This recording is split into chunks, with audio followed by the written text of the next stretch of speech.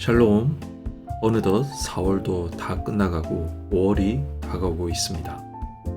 코로나 이후로 시간이 너무 빨리 지나가고 있는 것처럼 느껴지는데 성도 여러분께서는 어떻습니까? 여러분들도 저처럼 그렇게 생각하시나요? 하루하루가 이젠 좀 천천히 지나갔으면 하는 그러한 바람이 듭니다.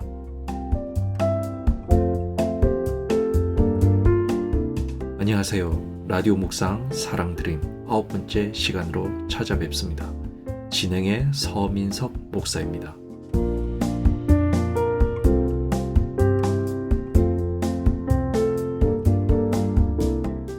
지난주 금요일 토요일은 구역장 권찰 수련회를 가덕도에서 가졌습니다. 함께 고기도 구워 먹고 간증도 듣고 바다 옆에서 쑥박도 하고 함께 찬양과 기도도 했던 유익한 시간이었습니다. 다녀와서 돌아보니 영적 힐링도 되는 귀한 시간이었던 것 같습니다. 첫째 날은 가덕교에서 담임하시는 이성수 목사님의 간증을 들었는데요. 참 놀라웠습니다. 처음 부임하셨을 때 청년 3명과 노인들만 있었던 교회였는데 지금은 200명이나 출석하고 있다고 합니다. 이성수 목사님께서는 그 비결을 가족교회화라고 하시던데요. 교회의 구성원들을 예수님 안에서 가족같이 대한다라는 것입니다. 그러니 가족이 되어버린 사람들은 그 교회를 안 떠나는 것입니다.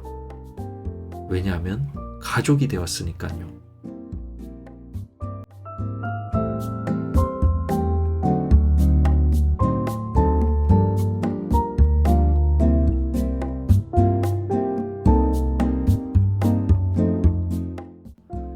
다른 곳에 흩어져 있더라도 교회에 다시 돌아온답니다.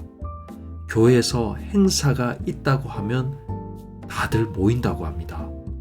심지어는 외국에서도 그 때를 맞춰서 한국으로 일부러 들어온다고 합니다. 왜냐하면요, 이들은 가족이 되었기 때문입니다.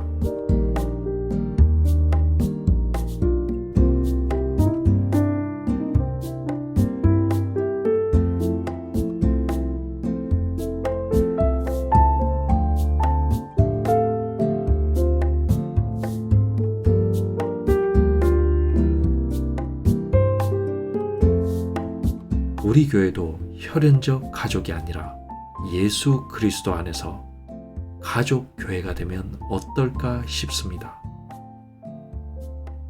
구역 같은 소그룹에서도 가족 같은 사랑을 서로 주고받고 하다 보면 사람들은 그곳에 눌러 앉아 버리게 되지 않을까 싶습니다. 왜냐하면 가족의 사랑을 받았기 때문입니다. 그러고 보니 결국 사랑인 것 같습니다. 세상에서 받을 수 없는 사랑을 교회에서, 교회 내 소그룹에서 받게 된다면 가덕교회와 같은 부흥이 우리에게도 찾아오지 않을까요?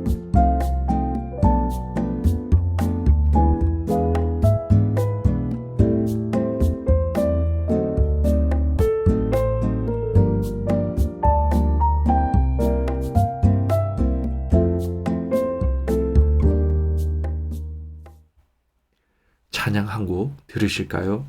김승희가 부릅니다. 고백하지 못한 사랑.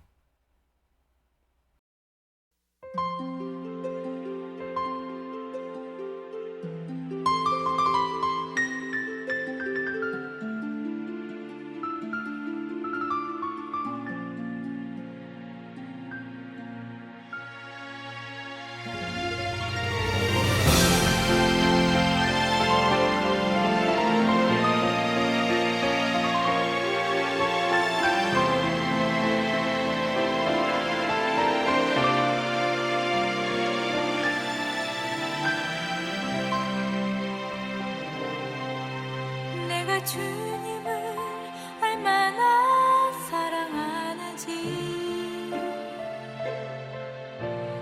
아무도 알지 못해. 내가 주님을 얼마나 사랑하는지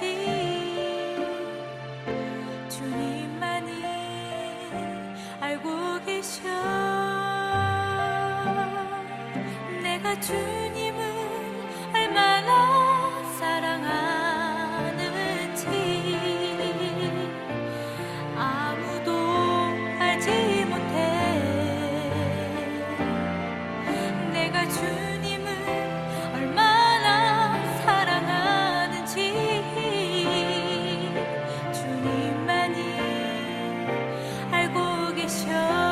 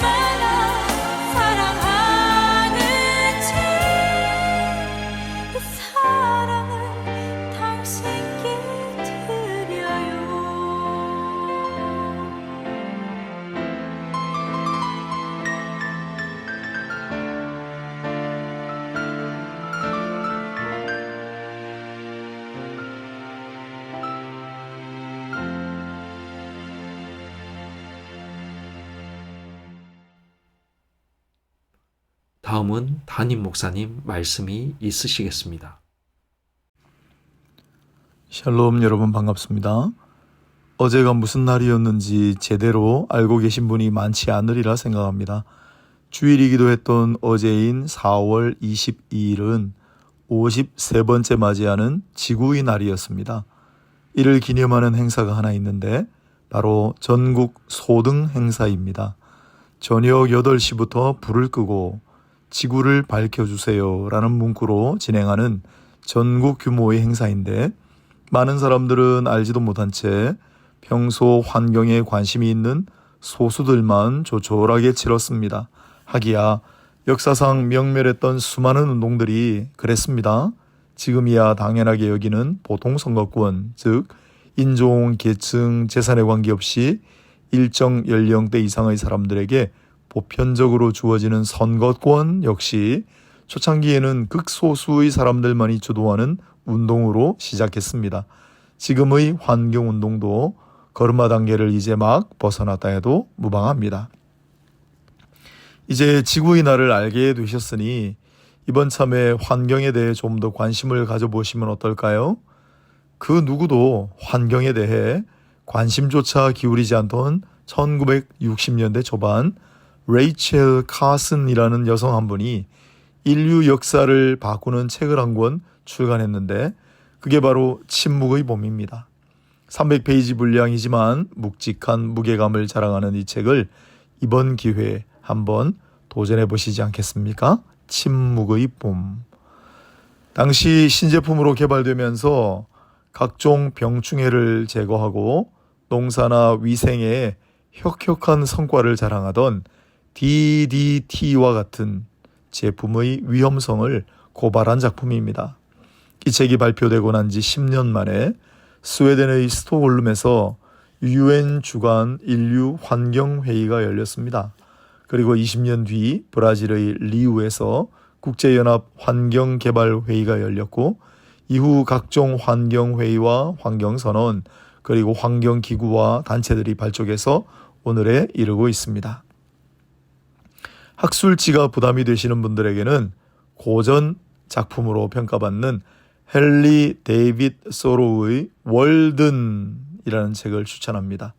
또 음식에 관심이 많은 분들에게는 김한민 씨가 쓴 국내 작품 아무튼 비건이라는 책과 제레미 리프킨이 쓴 육식의 종말을 함께 추천해 드립니다. 최근 코로나로 인해 다들 정신이 없는 틈을 타서 일찍이 유례가 없을 만큼 엄청난 분량의 일회용 쓰레기가 배출이 되었습니다. 앞으로 두고두고 인류 전체에 큰 부담으로 다가오리라고 봅니다. 인간이 도달할 수 있는 가장 깊은 심해 바닥에서 탐사팀이 처음으로 발견한 물체가 플라스틱 쓰레기였다는 사실을 들어보셨습니까? 이런 이야기에 관심 있는 분들이라면 플라스틱 바다라는 책을 소개해드립니다. 어떤 책을 보시던 신선한 충격을 받으실 테고 환경에 대해 다시 한번 생각해보는 계기를 가지시리라 확신합니다. 이제는 환경에 대한 관심과 독서와 진지한 토론이 아니라 보다 더 적극적인 실천과 행동이 필요한 시점이기는 합니다. 어제 했던 전국 소등 행사도 그런 흐름의 하나로 볼 수 있습니다. 하지만 개인적인 작은 실천 하나하나가 모여도 큰 위력을 발휘할 수 있습니다. 계속해서 거론되는 이야기지만 많은 음료를 소비하는 추세에 맞추어 개인용 물병이나 음료 용기를 다들 들고 다닌다면 어떻게 되겠습니까? 플라스틱 방앗간이나 제로 웨이스트 카페 같은 환경을 사랑하는 가게나 기업들을 돌아보는 일도 의미가 있습니다. 뿐만 아니라 1인용 혹은 단체로 세상을 향해 작지만 큰 목소리를 내는 일도 중요합니다. 결국 기업이나 정부를 움직이는 힘은 환경 여론이기 때문입니다. 올해는 못했지만 내년에는 꼭 기억해서 10분간 불 끄기에 동참해 봅시다. 그리고 물통 들고 다니기, 기타 나만의 작은 환경운동가가 되어봅시다. 우리가 왜 그러해야 합니까? 최근 생태의 시대라는 환경 역사서가 등장했는데 환경운동의 역사가 일천하다고 보았습니다. 틀렸습니다. 성경은 일찍부터 환경을 소중히 여겼습니다. 하기야 창조주 하나님의 솜씨인데 어련하겠습니까?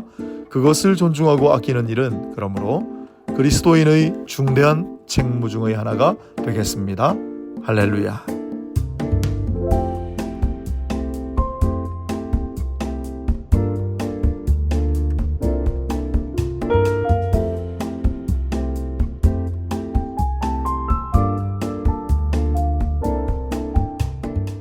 이제 마지막 곡을 띄워드리며 저는 물러나야 할 순서가 된 것 같습니다. 여러분, 영육간에 항상 강건하시고요. 저는 2주 후에 다시 돌아오도록 하겠습니다. 마지막 곡은 다윗과 요나단이 부릅니다. 주만 바라볼지라. 성도 여러분, 그럼 평안하십시오. 샬롬.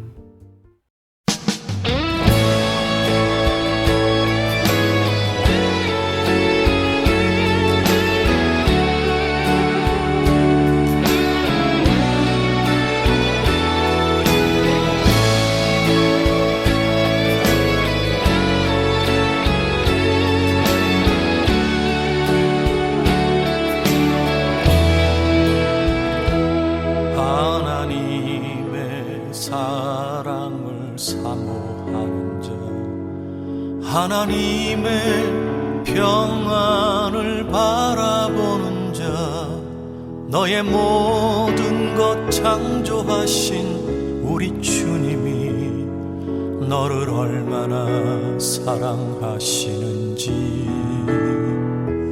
하나님께 찬양과 경배하는 자, 하나님의 선하심을 닮아가는 자, 너의 모든 것 창조하신 우리 주님이 너를 찬양 삼으셨네. 하나님 사랑의 눈으로 너를 어느 때나 하나님 인자한 귀로서 언제나 너